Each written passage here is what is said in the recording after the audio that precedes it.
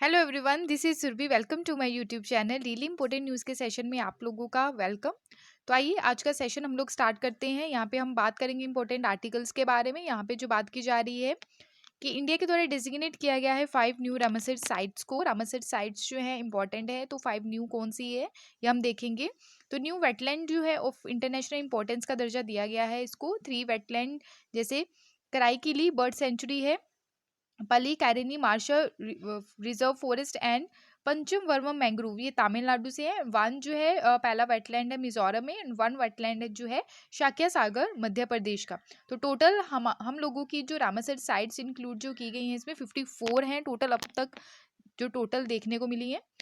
अब हम यहाँ पे बात करते हैं पहली कराई मार्श रिजर्व फॉरेस्ट जो है ये तमिलनाडु में। फ्रेश वाटर मार्श, यहाँ पे फ्रेश वाटर लेक है मार्श इन चेन्नई में।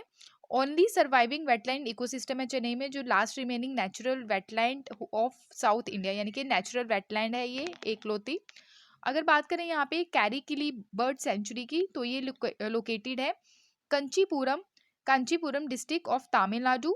एंड यहाँ पे पिच वर्वम मैंग्रोव की बात करें तो ये लोकेटेड है near Chidambaram of the Cuddalore district of Tamil Nadu. तो यहाँ पे जो काउंट किया गया है लार्जेस्ट मैंग्रोव फॉरेस्ट काउंट किया गया है हमारी कंट्री का, कितना है, मोर देन 1100 हेक्टर। यहाँ पे बात की जा रही है पाला वेटलैंड की जो मिजोरम में है, और ये लार्जेस्ट नेचुरल वेटलैंड है मिजोरम का। और ये वेटलैंड सराउंडिंग है चारों तरफ से ग्रीन वुडलैंड से। नेक्स्ट है शाक्य सागर मध्य प्रदेश में, ये इंटीग्रल पार्ट है माधव नेशनल पार्क का शिवपुरी में जो मध्य प्रदेश में है। तो इंपॉर्टेंट है, ये याद रखिएगा। रामासर साइट्स टोटल कितनी हो गई है हमारी, अब 54 है, पहले कितनी थी, 49 थी। तो रामासर साइट इंक्रीज हो गई है 49 से 54, 5 न्यू डेजिग्नेट की गई हैं। तो रामासर कन्वेंशन के बारे में हम लोग बात करते हैं। तो ये हमारी कंट्री भी इसकी सिग्नेटरी है, यानी कि साइन कर रखा है हमारी कंट्री ने भी कन्वेंशन। तो इंटरनेशनल ट्रीटी है ये for the conservation and wise use of wetland. यहाँ पे जो नाम रखा गया ईरानियन सिटी ऑफ रामासर जो है, वही उसी नाम पे रामासर जो कन्वेंशन में नाम रखा गया ऑन द कैस्पियन सी। और इसको साइन किया गया 2 फरवरी 1971 में।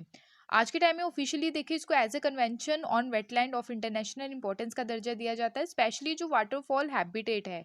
मोर recently just as convention on wetland came into force, यानी कि 1975 में इसको पिक्चर में लाया गया।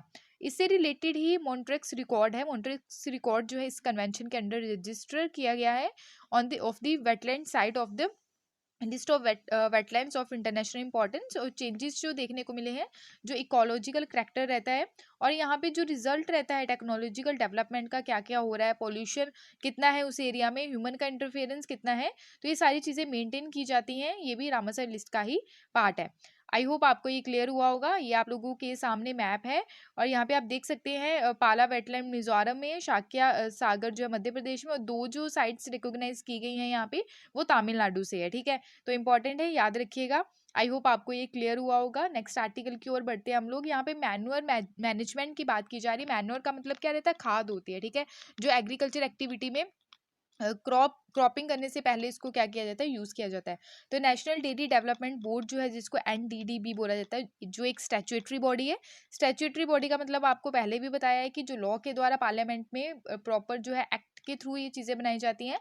तो ये अंडर एनडीडीबी यानी कि नेशनल डेयरी डेवलपमेंट बोर्ड 1987 के अंडर इसको रखा गया है, और लॉन्च किया गया है कंपनी मेरिडा लिमिटेड, जो वर्क करती है मैनुअल मैनेजमेंट को लेके। तो नोडल मिनिस्ट्री की अगर बात करें, इसकी ministry of fisheries animal husbandry and dairying के अंडर आता है ये। अगर मैनुअल मैनेजमेंट बोले तो रेफर किया जाता है इसको, स्पेशली इस डेफिनेशन की अगर बात करें तो स्टोरेज, ट्रीटमेंट, कैप्चर, यूटिलाइजेशन कैसे करना है एनिमल मैनुअर का। ठीक है, जो इन्वायरमेंटली सस्टेनेबल मैनर है। बेनिफिट क्या है इसका, ये लो कॉस्ट फर्टिलाइजर है, यानी कि यहाँ पे ज़्यादा पैसा देखने को नहीं मिलता है, यानी कि आसानी से इसको यूज़ किया जा सकता है। इंक्रीज रहती है स्पेशली जो इनकम है फ्रॉम द मल्च एनिमल्स, और यहाँ पे ग्रीन हाउस जो अमीशन है वो भी कम रहता है, और जनरेटिंग होता है ये बायोगैस से, एंड सब्सटीट्यूट किया जाता है इसको एलपीजी के लिए, यानी कि लिक्विफाइड पेट्रोलियम गैस के लिए। अब हम यहाँ पे बात करते हैं गवर्नमेंट के द्वारा मैनुअर मैनेजमेंट को लेके क्या क्या स्कीम्स लाई गई हैं। जैसे गोबर्धन स्कीम हो गया, एनर्जी फ्रॉम कैटल वेस्ट, यानी कि कैटल जैसे काऊ बफेलो हो गया, उनका जो वेस्ट रहता है वेस्ट मटेरियल, तो उससे कैसे हम लोगों ने एनर्जी जनरेट करनी है, डैट इज जैसे कि हम यूज करते हैं बायोगैस, ठीक है। तो बायोगैस जो है इसका एग्जांपल है। तो गोबर स्कीम जो है इसी के लिए है। सूधन की बात करें तो ये ट्रेडमार्क प्रोवाइड करवाता है common identity to dung based organic fertiliser. Capital investment की हम लोग बात करें, सब्सिडरी स्कीम जिसको CISS बोला जाता है, एक national mission for sustainable agriculture के लिए ये, और जो प्रोडक्शन करेगा organic manure from bio waste. तो आई होप आपको ये क्लियर हुआ होगा। यहाँ पे भी आप देख सकते हैं कि कैसे कलेक्शन किया जाता है। यहाँ पे आप देख सकते हैं जो कैटल का डंक है उसको कलेक्ट करके मैनुअल प्रोडक्शन एंड कलेक्शन किया जाता है। सैंड प्रोसेसिंग क्या रहता है, सैंड रिमूवल करना, सॉलिड रिमूव करना, डाइजेशन एंड एडवांसमेंट जो ट्रीटमेंट रहता है।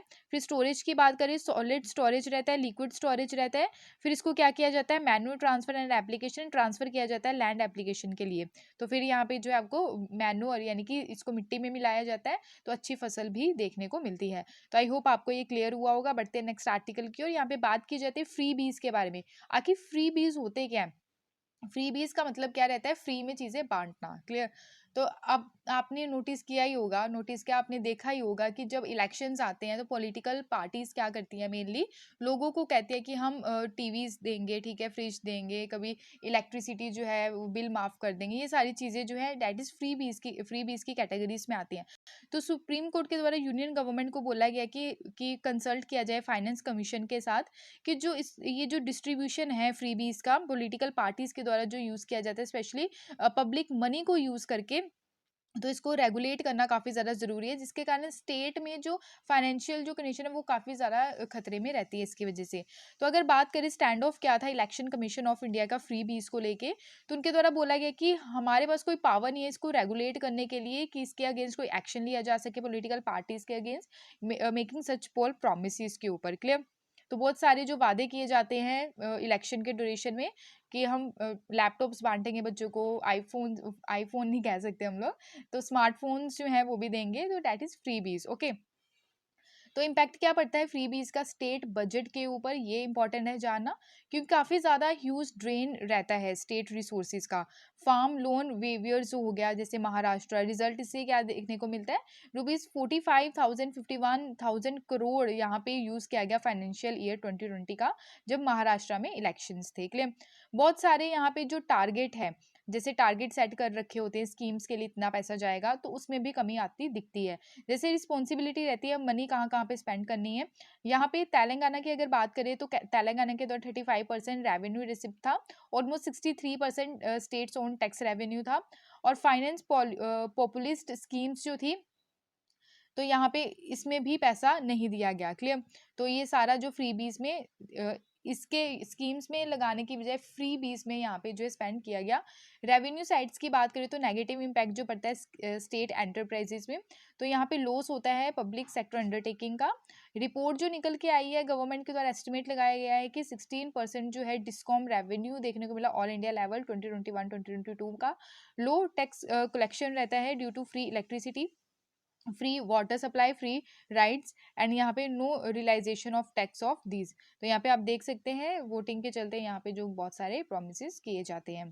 तो यहाँ पे जो है बात की गई है पीएम के द्वारा भी बोला गया कि जो फ्री बीज का जो कॉन्सेप्ट है अलग अलग स्टेट में उसको कम किया जाए, क्लियर। नेक्स्ट हम यहाँ पे बात करेंगे India Japan maritime partnership exercise के बारे में। तो यहाँ पे एक्सरसाइज जो है Japan maritime self defence force Indian navy में देखने को मिली, कहाँ पे, अंडमान सी में। एम क्या है कि एनहेंस करना इंटर जो ऑपरेटिबिलिटी है, कम्युनिकेशन एंड स्ट्रीम लाइनिंग जो सिस्टम है। यूनिक फीचर क्या है कि INS सुकन्या जो है यहाँ पे notable women from Indian epics and offshore patrol vessel जो है इंडियन नेवी का यहाँ पे पार्टिसिपेट करेगा। अदर एक्सरसाइजेज हम लोग देख सकते हैं कि जापान और इंडिया के बिटवीन कौन कौन सी एक्सरसाइज होती है। तो एक्सरसाइज से रिलेटेड जो है डिफेंस एक्सरसाइजेज, उससे रिलेटेड बहुत सारे क्वेश्चंस जो हैं प्रीवियस एग्जाम्स में भी पूछे गए हैं। जैसे जापान इंडिया मैरीटाइम एक्सरसाइज कौन सी रहती है, जिमैक्स बोलते हैं। एंड मालाबार एक्सरसाइज तो है ही बहुत ज़्यादा इंपॉर्टेंट। तो इंडिया USA जापान और ऑस्ट्रेलिया के बिटवीन जो है मालाबार एक्सरसाइज होती है। तो इस बार की मालाबार एक्सरसाइज कहाँ पे हुई, क्या आप बता सकते हैं, प्लीज कमेंट सेक्शन में बताइएगा। अदर कंट्रीज की बात देख लेते हैं कि मैरीटाइम एक्सरसाइज जो है अनदर कंट्रीज के साथ कौन कौन सी होती है। जैसे इंडिया थाईलैंड कोऑर्डिनेटेड पेट्रोल जिसको इंडो थाई कॉर्पोरेट बोलते हैं। कोंकण किसके साथ रहती है, कोंकण शक्ति यूके के साथ रहती है, इंडिया एंड यूके। समुद्री शक्ति Indonesia, Singapore India maritime bilateral exercise जिसको हम सिम्बेक्स बोलते हैं। ज़ैर अल बहर ये कतर के साथ आपको देखने को मिलती है। आई होप आपको ये क्लियर हुआ होगा।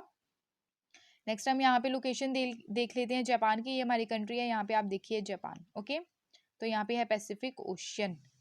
नेक्स्ट हम बात करते हैं, यहाँ पे इम्पॉर्टेंट है जोहर ग्रीटिंग क्या होता है। अभी आपने देखा है कि 15 प्रेसिडेंट ऑफ इंडिया हमारी कंट्री के बने हैं, द्रौपदी मुर्मू जी। तो यहाँ पे इनके द्वारा जो है, जो कंट्री के द्वारा यानी कि ग्रीटिंग वेलकम किया जाता है, उसको जोहर बोलते हैं। तो जोहर एसेंशियल मीन का मतलब क्या रहता है, सेल्यूशन एंड वेलकम रहता है कि स्वागत करना। और स्पेशली ये वुमेन है जो ट्राइबल कम्युनिटी से निकल के आई हैं। तो यहाँ पे tribal communities of Jharkhand and parts of Chhattisgarh and Orissa के द्वारा जो है जोहर ग्रीटिंग यहाँ पे की गई।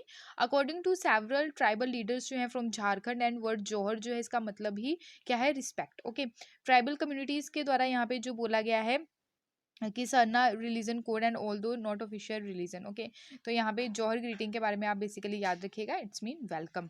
यहाँ पे जो बात की जा रही है, white onion gets GI tag, यानी कि वाइट अनियन जो है उसको जीआई टैग का दर्जा दिया गया है। तो अलीबाग जो महाराष्ट्र में है, वहाँ पे वहाँ पे इसकी खेती बहुत ज़्यादा की जाती है, वाइट अनियन की। तो वाइट अनियन को ही यहाँ पे जीआई टैग का दर्जा दिया गया है। ये कहाँ पे, अलीबाग महाराष्ट्र में। और यहाँ पे ग्रोइंग किया जाता है white onion, specially traditional method से इसको ग्रो अप किया जाता है। ट्रेडिशनल यानी कि ऑर्गेनिक खेती की जाती है इसकी। इसमें यानी कि केमिकल्स जो है इसमें बहुत कम मात्रा में यूज़ किया जाता है। और यूटिलाइज किया गया जियो क्लाइमेटिक कंडीशन, यूनिक यहाँ पे जो टेस्ट है इसका देखने को मिलता है। फ्लेवर बहुत अच्छा रहता है, इसकी शेप आप देख सकते हैं, white colour, pure white colour के अनियन रहते हैं। तो इसको अभी जीआई टैग का दर्जा दिया गया है। जीआई टैग यानी कि ज्योग्राफिकल इंडिकेशन। अब हम बात कर लेते हैं जीआई के बारे में। तो प्राइमरली एग्रीकल्चर, यहाँ पे नेचुरल मैन्युफैक्चर प्रोडक्ट को यहाँ पे जो है जीआई टैग का दर्जा दिया जाता है। जो हैंडीक्राफ्ट और इंडस्ट्रियल गुड्स भी आ जाते हैं इसमें। और यहाँ पे अगर बात करें, काफ़ी ज़्यादा असेंशियल एट्रीब्यूट्स रहता है किसी भी प्लेस में, स्पेशली जैसे अभी हमने बात की अनियन की, तो इसका ओरिजिन कहाँ पे है, महाराष्ट्र में है। तो उस प्लेस की भी वैल्यू काफ़ी ज़्यादा बढ़ जाती है। अगर बात करें रजिस्ट्रेशन की, रजिस्ट्रेशन ऑफ जियोग्राफिकल इंडिकेशन, तो ये वैलिड रहता है 10 साल के लिए, बाद में इसको एक्सटेंड भी किया जा सकता है। और रिन्यू इसको किया जाता है टाइम टू टाइम, एवरी जो ईच 10 ईयर्स तक। ठीक है, तो यहाँ पे इंडिया जो है जियोग्राफिकल इंडिकेशन की बात करें, इसको एडमिनिस्टर किया जाता है एक एक्ट के तहत, geographical indication of goods registration and protection act 1999 के तहत। और इसको 2003 में क्या किया गया, फोर्स में लाया गया। तो 2004 में सबसे पहले जो जीआई टैग का दर्जा दिया गया, वो दिया गया दार्जिलिंग की टी को, जो वेस्ट बंगाल में है। आई होप आपको ये क्लियर हुआ होगा, इंपॉर्टेंट सेशन था। अगर कोई भी डाउट होगा किसी भी आर्टिकल के रिगार्डिंग, तो अपने डाउट को कमेंट सेक्शन में ज़रूर शेयर कीजिएगा। Thank you for watching my video. जय हिंद, बाय बाय।